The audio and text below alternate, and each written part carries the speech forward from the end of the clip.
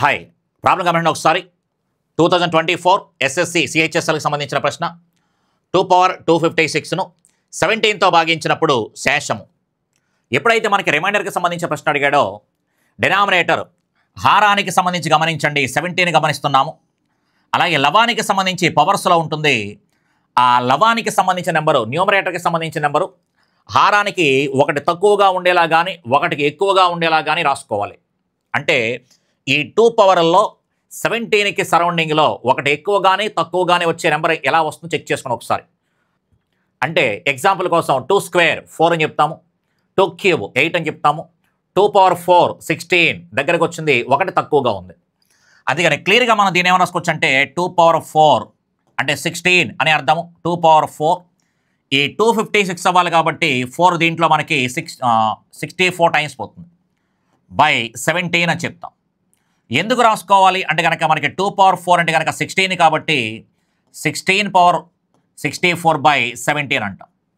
ఇప్పుడు ఏమవుతుంది అంటే కనుక ఇక్కడ 16 బై 17 వచ్చింది. ఇప్పుడు 17 కంటే 16 ఒకటి తక్కువ. అందుకని క్లియర్గా మనం ఏం చెప్తామంటే -1 పవర్ 64 రాసుకుంటాం.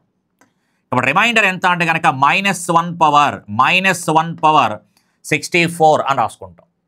కాబట్టి -1 పవర్ 64 అంటే ఇది ఈవెన్ నంబర్, సరి సంఖ్య కాబట్టి శేషము ఎంత అంటే కనుక 1 అని చెప్పుకోవచ్చు అనమాట.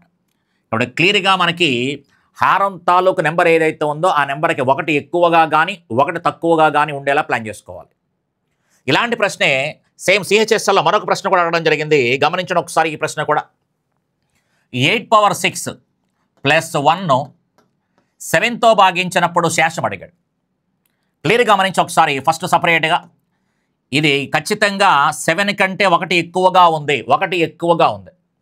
అందుకని 8 పవర్ 6 బై 7 అంటే కనుక ఒకటి మాత్రమే ఎక్కువగా ఉంది కాబట్టి రిమైండర్ ఎంత అంటే కనుక ఇది 1 పవర్ 6, ఇది +1 ఉంది కాబట్టి +1 రాసుకుంటాం.